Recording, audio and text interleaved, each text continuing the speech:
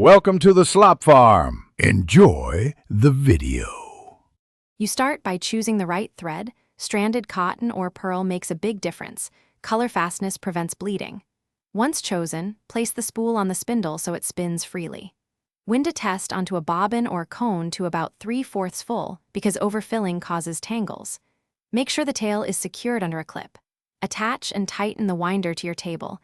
This gives stability, so the thread feeds smoothly when you begin.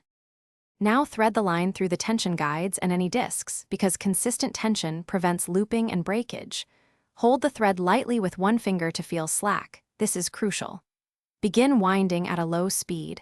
If using an electric winder, think 200 to 300 RPM equivalent.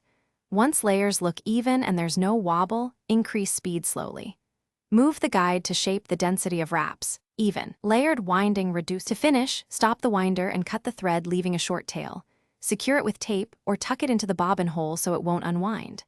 Then label the bobbin with thread type and color and store in an airtight box away from sunlight to protect fibers. If you encounter knots or snarls, pause immediately, reverse a few turns, check tension and threading path, then rewind slowly to clear the issue. This prevents worsening tangles and preserves thread strength.